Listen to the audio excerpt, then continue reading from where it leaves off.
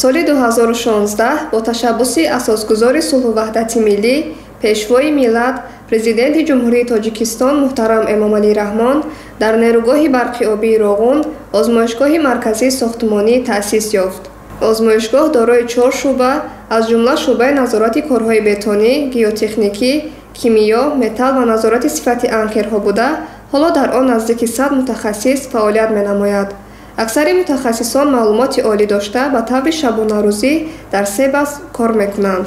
ҳар маҳсулоти сохтмоние ки ба озмоишгоҳ оварда мешавад бо диққат аз ҷониби мутахассисони касбӣ аз ташхиси дастгоҳҳо гузашта барои истифода иҷоза дода мешавад.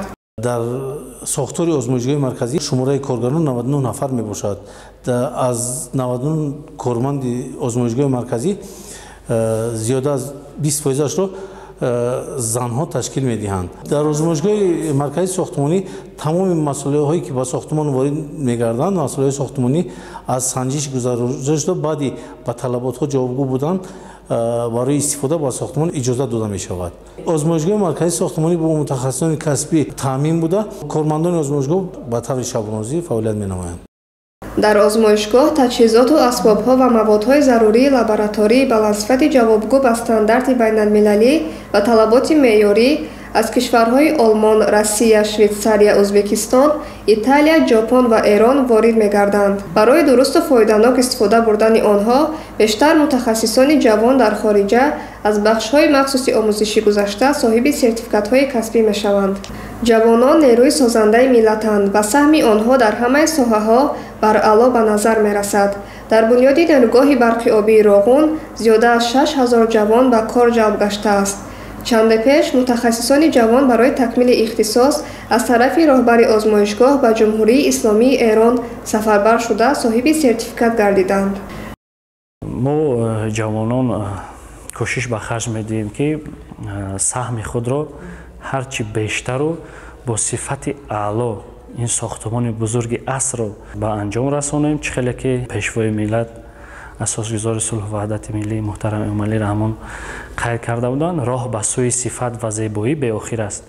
монам ин шиорро сармашқи худ қабул карда сифатро дар сохтмон доимӣ дар тариқи шабонарӯзӣ дар дубаст назорат мекунем. тӯли 5 сол мешавад ки дар шуъбаи металли озмоишгоҳи марказии сохтмонӣ ба ҳайси муҳандис кор ва фаъолият менамоям.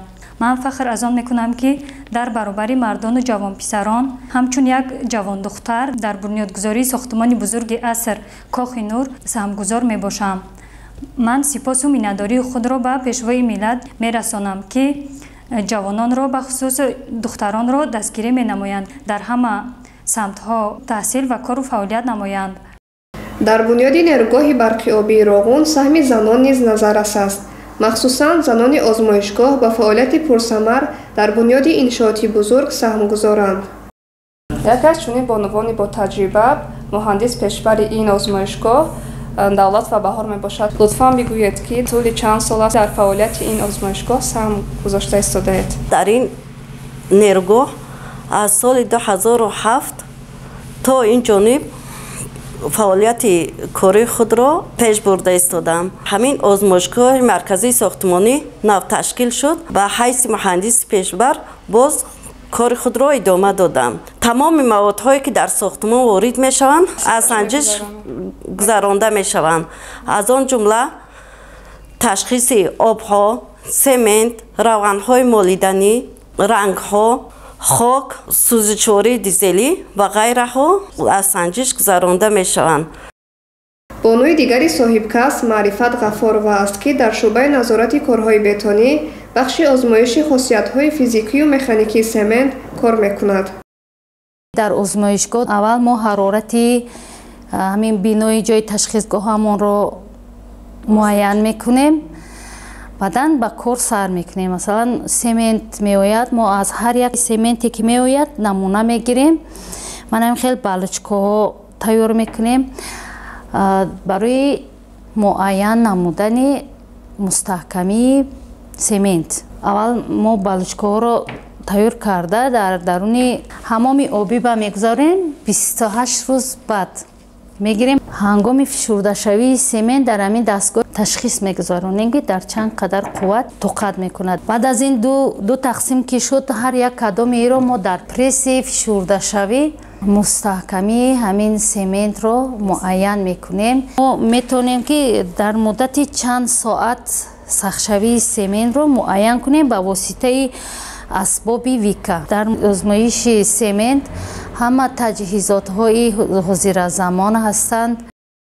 хулас, озмоишгоҳи марказии сохтмонӣ дар бунёди нерӯгоҳи барқи обии Роғун саҳми арзанда дорад. он дар миёни давлатҳои Осиёи марказӣ дар ҷойи аввал меистад.